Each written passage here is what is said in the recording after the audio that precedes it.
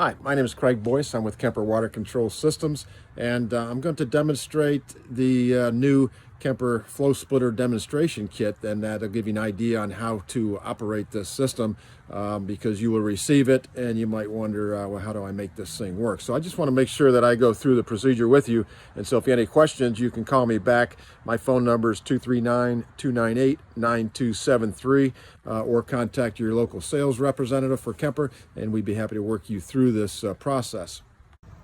So what you're looking at here is the back side of this demo unit. I want to show this to you because it's got my name and contact information. So please, at any time, reach out and let me know how you're doing. If you have any problems or issues or questions, please call me.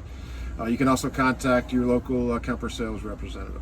I also want to show you that these instructions here are printed out word for word. So 1 through 7, if you follow this procedure, you're going to figure out how to effectively demonstrate this for yourself. But I am going to show you how to do it on video.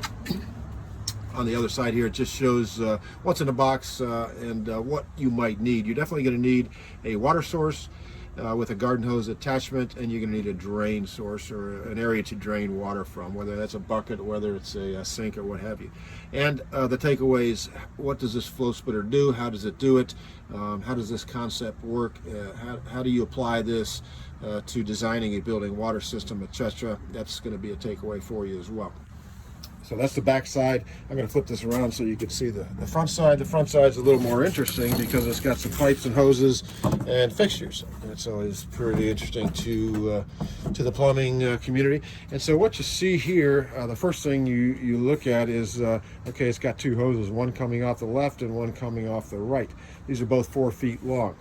This one's sprayed out over here, bring that in. So in any case, what I'm going to do, the first thing to do is to hook up the hose on the left to a water source. That's going to be to this spigot right here on the side of my house.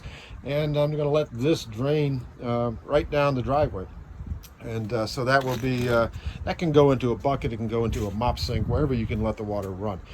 What you also notice here on this board on the front side is a configuration with a flow splitter right in the center top there. And this is actually a flow indicator wheel, so that will spin as you have water moving through it.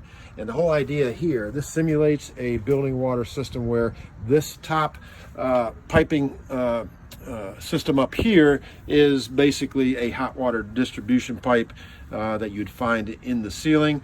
And this is actually a 1-inch, they go up to 2 inches, but this is a 1-inch flow splitter. This flow splitter actually has a window in it for demonstration purposes, so you can see the dynamic insert there. It's a Venturi insert. That insert creates pressure difference on either side of it to drive water into a loop. Water moving in this fashion. The water will hit this flow wheel, and you'll see that spinning, and then back to the main distribution line again, and then out to drain. So this drain actually simulates a recirculating pump, or it simulates flow or any demand downstream. And so the first thing to do is to connect this to the water source, which I'm going to do right now. And you can see this is just a garden hose attachment. It does have a washer in it. Make sure that washer is there before you attach it. So I'm just going to attach that here. That's my incoming water. Like I said, that can be a laundry hose fixture, it can be a sink fixture, mop sink, what have you. I've got it on the spigot up the side of my house. So that water's actually, when I turn it on, is going to flow through this main portion of the pipe, through the flow splitter, and then back out to drain. I'm just going to let that go down the driveway. That's the beauty of being in Florida here. This drain does have a on-off, shut-off valve on it. I'm going to leave that wide open right now. And the first thing I'm going to do is to turn this water on and try to fill the system. And you can hear the water actually moving through, filling those pipes up, and then eventually down through the drain.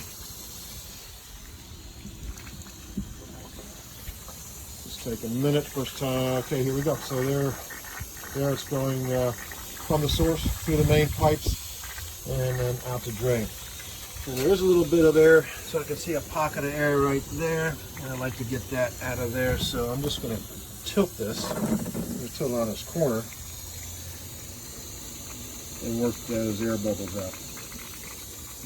That's the most challenging thing about this whole demo procedure that you're going to have. So you can see it's already demonstrating for you the concept of the flow splitter. And what that concept is, as long as we have water, as you can see it here, flowing through the main portion of this flow splitter, the pressure difference causes circulating water in a connected loop. You can see that the water is actually moving through that loop back up to the flow splitter again. So the whole concept here is with a circulating pump or downstream demand, you're going to have water moving through, coming in contact with this dynamic Venturi valve.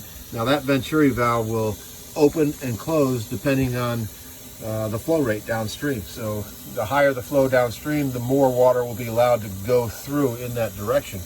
But however, no matter what, you're still going to get water circulating around in this loop that's created. And this loop really does simulate a loop that would drop into a bathroom, etc. You can have, say, 100 linear feet with multiple fixtures attached to it.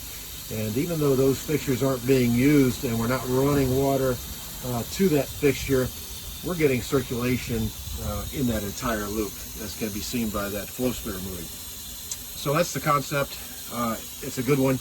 It makes connecting to fixtures really easy, reducing the non-circulating pipe length.